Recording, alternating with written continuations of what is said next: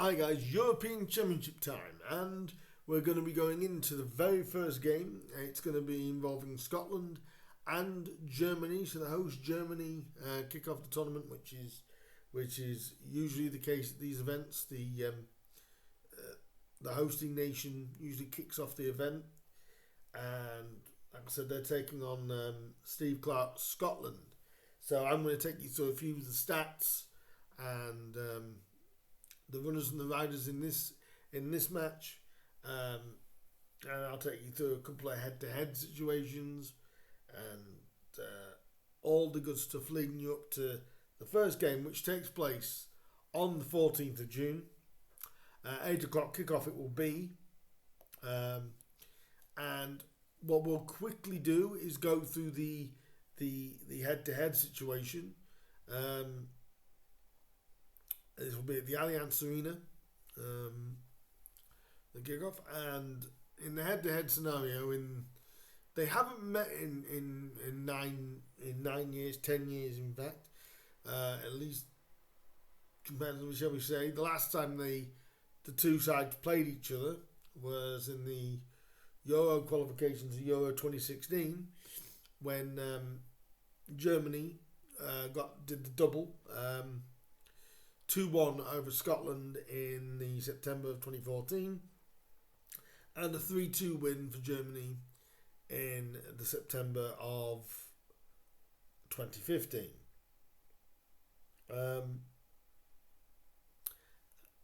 So Germany, obviously a different team back then. Scotland were starting to find their feet a little bit back then, but not quite the team that they are now. And obviously this is in Group A, so it's the start of Group A, and it's the two teams that I think will get out of the group. But if you do want to see who I said will get out the group, the video on my channel going through all the groups and my predictions for that, plus who I believe will win the event. So let's get into the two teams now, before I give my prediction on who I believe will win the game. We'll start with the hosts, Germany, and if you look at the experience, they're maybe not the team that they once used to be, not as strong as they were several years ago, but they've got a lot of experience and a lot of quality players, really. Maybe not as much as they've had in the past, but I've heard other pundits and that say you can never fully completely rule out Germany, can you really? And it just shows you by who their number one goalkeeper is bound to be, even though he's 38 years old. It's Manuel Neuer. He's bound to probably be the number one keeper for Germany.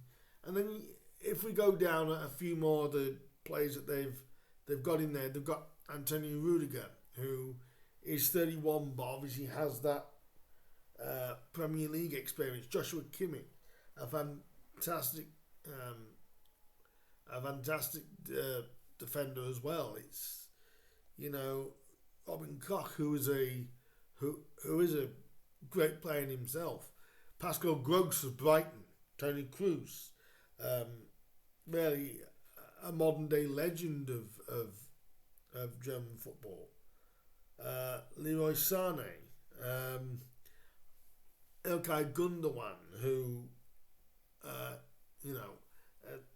again is doing fantastic things and great times at Manchester City. Emre Can, the former Liverpool player, and in the attack, that they got Thomas Muller, there's that one, Kai Havertz, there's Sundav, who will be known by Brighton fans. Obviously managed by Julian Nagelsmann, who lost his job, unfortunately, at Bayern Munich, but he's starting to stabilise the Germans again. And I think, although I don't see Germany winning it, you can never kind of rule Germany out. And there may not be this may not be the strongest German squad that has been put together. There's still some quality there, and I think that you can never sleep on the Germans because that they could surprise a few people. And like I said, with the quality and experience of Tony Kroos, with Pascal Gross, who we know can score a goal from midfield. Robin Koch, who used to play for Leeds. I mean, and like I said, Antonio Rudiger as well. I mean, when you look at the quality of the German side, it really is. It's a side that should get through this group. You'd probably say fairly. I'm going to stick my neck out and say fairly comfortably, with the overall quality going through it, including Leroy Sané and more. So, the German squad, when you look at it, they're not the strongest, but they could easily cause some trouble.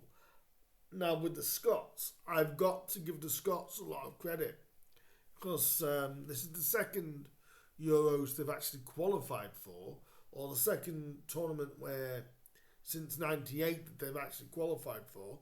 Angus Gunn is a very, very decent player. He'll be their number one, I'm sure, at the tournament. They've also got players like Liam Cooper, who people of Leeds will know. Kieran Tierney. Yes, he hasn't had the best of time at Arsenal, but know what kind of quality that Kieran has. Andrew Robertson at Liverpool, talented player, 30-year-old defender, and you've also got in the middle, you've got young Billy Gilmore, Scott McTominay, who has been probably the man of Scotland's qualifying campaign, John McGinn, who's just coming off a fantastic season with Aston Villa. You've got Ryan Jack, who's had some good times at Rangers, Stuart Armstrong, players well, James Forrest, very, very good. Lawrence Shankland, and Che Adams, two of the forwards that Scotland have. Wouldn't surprise me if those two started. Ryan Christie, a very decent player. Tommy Conway coming in for one of the injured players that they had. But if you look at that squad, the Scotland squad, I thought they could cause teams some trouble. It's not going to be this is a Scotland squad that could get out of this group. Very easily could get out of this group. They're because Steve Clarke has really, really brought Scotland on. I remember when Steve first took over as Scotland boss. There's just something about that appointment that I don't know if the Scottish fans thought that, but he's brought something to Scotland. He's brought a determination towards Scotland which they haven't had in a long time, and to make this sort of like the second European Championships in a row they've sort of qualified for, Scotland are definitely in the right direction, and this should be a very, very interesting game. With Scotland may not have the overall name quality that Germany have got, but they're definitely going to be a team that's organised and determined, and the grit of the Scottish people, I would say, for this. So if I was to say and stick my neck out and say, give a result, let's see.